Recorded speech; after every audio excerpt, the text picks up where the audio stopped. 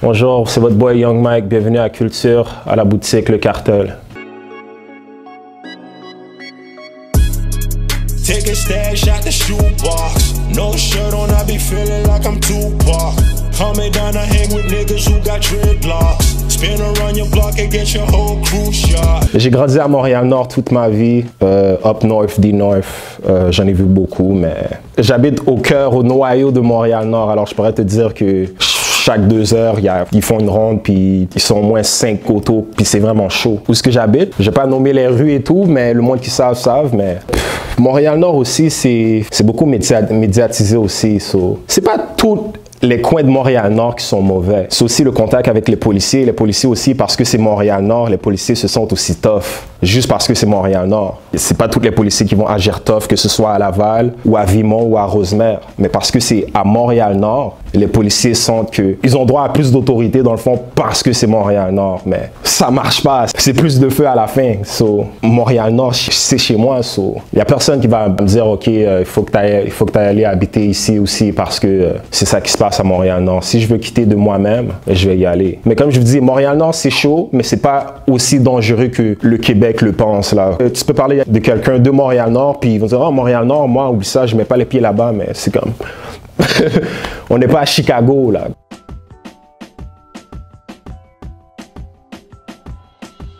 Je parlais à quelqu'un sur encore Instagram, connexion. Il m'envoie le email de Timbaland. Timbaland, on parle du producer Alia puis tout, là.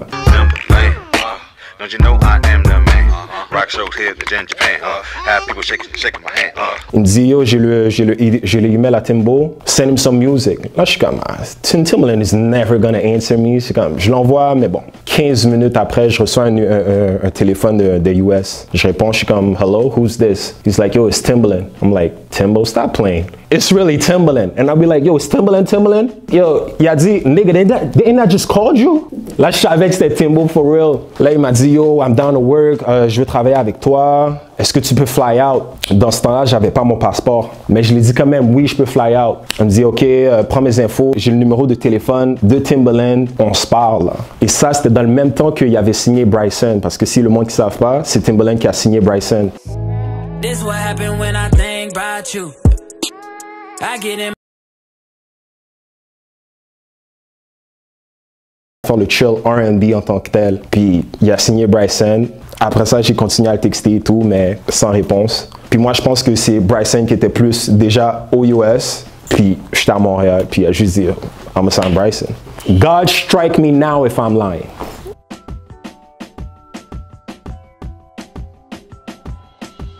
Chill R&B, c'est un mix de trap, hip-hop et R&B. C'est un vibe que j'ai commencé avec les sons plus dark. La différence entre chill R&B et le R&B, c'est plus love, plus amour, plus sensualité. Le chill R&B, c'est noir, c'est être dark.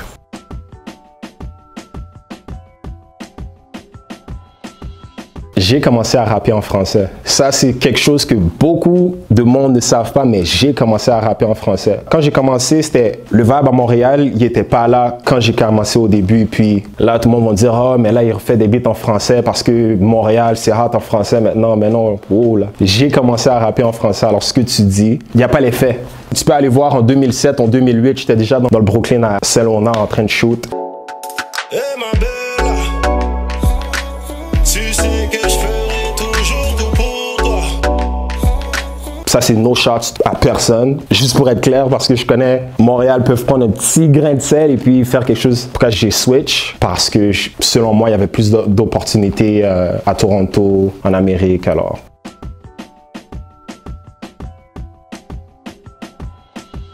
Mon frère, c'est mon frère, il me disait à chaque fois que j'écoute la télé, il faut que je l'écoute en anglais. J'écoutais TVA ou quoi que ce soit, depuis que c'était un canal français, il changeait ça en anglais. Tout le temps, puis c'est comme ça que j'ai appris à parler en anglais. Le conseil que je peux donner aux gars là, qui veulent rapper en France, en anglais, c'est travailler sur l'anglais avant, parce que maintenant, en 2020, si t'as un anglais marron, là, ça coupe. Et le monde ne savent pas, Shreezy peut rapper en anglais aussi, parce que j'ai fait des beats avec Shreezy en anglais. So, le monde connaît le Shreezy français. Moi, là, j'étais là au début, puis je connais le Shreezy en anglais, and he's fire too.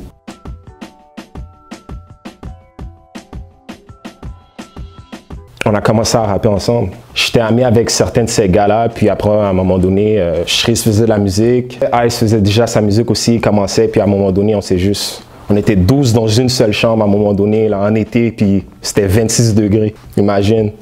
Snoop allait faire son verse, après ça, Twist allait faire son verse, j'allais faire mon verse, puis il y avait des gros tracks, puis c'était tout le temps comme ça, là, dans ma chambre, dans une petite chambre, là. Une petite chambre, puis on était 12, 15 même des fois, là. Puis le va-et-vient, mon père, il avait beaucoup de problèmes avec le va-et-vient. Je me souviens, il est venu, puis il sentait, puis il m'a dit, c'est quoi que ça sent? Puis là, j'étais comme, je sais pas. Mais Shreeze en avait sur lui, mais on n'a pas fumé dans ma chambre, mais tu sais, c'est comme, quand c'est pas bien emballé ou quoi que ce soit, ça sent. Puis là, il est venu, puis il a dit, si j'appelle les pompiers, puis qu'on me dit que t'as fumé dans la chambre, c'est pas... Mais yo, c'était un gros vibe. Shout out à Shreeze, shout out à Ice, shout out aux gars, puis je respecte ce qu'ils font. C'était qui le plus fort? Moi? il faut penser comme ça en tant qu'artiste. Je pense pas que si tu sais que tu es le meilleur, il faut pas que tu ailles sur tous les coins de rue pour dire que c'est toi le meilleur, mais il faut que tu penses quand même que c'est toi qui es le numéro 1. Dans n'importe quoi que tu fais, que ce soit au travail, que ce soit un sport ou quoi que ce soit, si tu te dis pas dans ta tête, je le fais pour être numéro 1, il faut que tu arrêtes ce que tu fais tout de suite.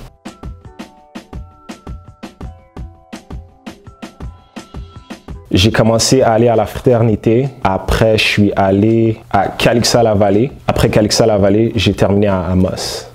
Moi, je parlais tout le temps de la classe, moi. Moi, j'étais le gars là comme, Michael, tu sors le bureau devant, juste à côté de la porte. Tout le temps. J'ai été aussi suspendu plusieurs fois. Je sais pas, j'ai un problème avec l'autorité. Peut-être que c'est juste juste un mécanisme. Mais à part de ça, suspension plusieurs fois, bataille ici et là, mais ça vient avec la vie, quoi.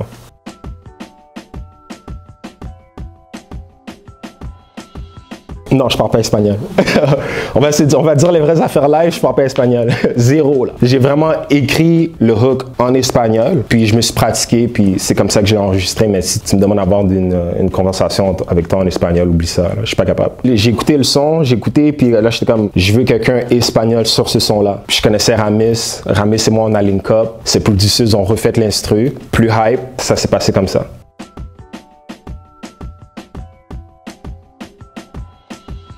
A2H, c'est quelqu'un que je connais qui dansait. Elle s'appelle Fabi, qu'elle a fait la connexion avec A2H. Et quand A2H est venu à Montréal, on a fait quelque chose ensemble, tout simplement. Je parle encore à A2H. Shout out à ce qu'il fait, il vient de sortir un album, Big Ups.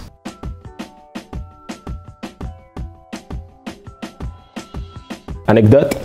On est à Québec. J'ai mon team avant de prendre la route pour Québec. Je suis comme yo guys. Aujourd'hui, je parle anglais. Je suis de l'Amérique. Je suis une star là, dans ma tête. J'arrive à Québec. Le monde fait leur mic check et tout. Le crowd commence à venir. C'est juste français là. Ils connaissent pas un seul mot en anglais là, mais pas un. J'ai un set de 25 minutes. Rendu à la 10e minute, je suis sur scène, je vibe. Le monde vibe, mais ils sont un peu restreints car ils comprennent pas l'anglais là. J'arrive à crowd surf. Comme, tu sais, genre, le monde me prend, puis après ça, je marche sur les gens et tout. Mais je vois que je suis comme ça sur le monde, là. Puis j'arrive pour tomber, là.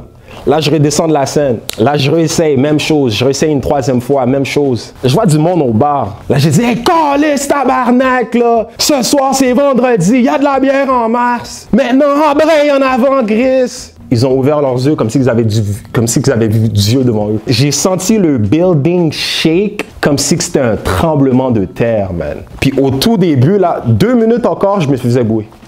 2 minutes encore, je me faisais bouer parce qu'ils ne comprenaient pas l'anglais. J'ai juste parlé en joual. Yo, tout le monde s'est rapproché. Le monde aux bars ont laissé leur bière. Sont venus, puis yo, j'ai commencé à vibe sur le crowd surf, mais shout out à Québec. C'était lit.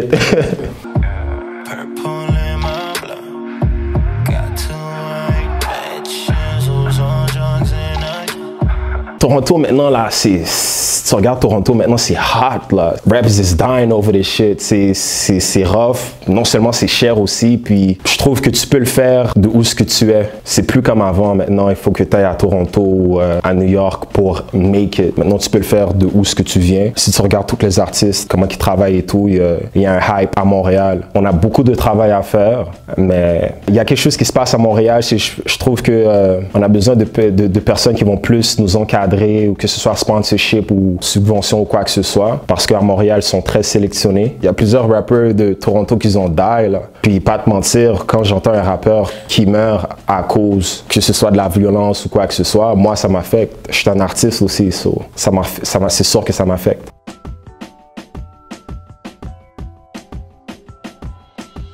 Je dirais Lost. À Montréal, là, je dirais Lost. Mais en anglais, c'est déjà arrivé, Bad News Brown. C'était lui le plus gros artiste montréalais, là. Maintenant, 90% des gens ne savent pas c'est qui Bad News Brown, mais Bad News Brown était dans les festivals, il a fait la première tournée de Tyga, puis c'était dans les stades olympiques, là. Aux États-Unis, il est allé en Europe. Bad News Brown was the biggest of Montreal, facts. Mais bon, rest in peace, Bad News Brown. I can tell you to move up, please don't get me hurry. I should be surgery cause I operate.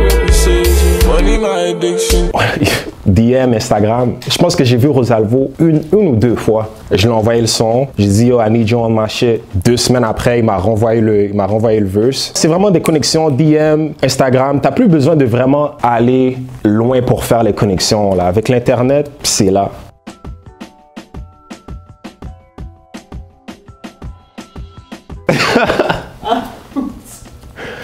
Amour, douceur, humilité, calme, sans stress. Ça, c'est la relation parfaite, mais bon, on vit pas dans un conte de fées, alors... I love you, babe.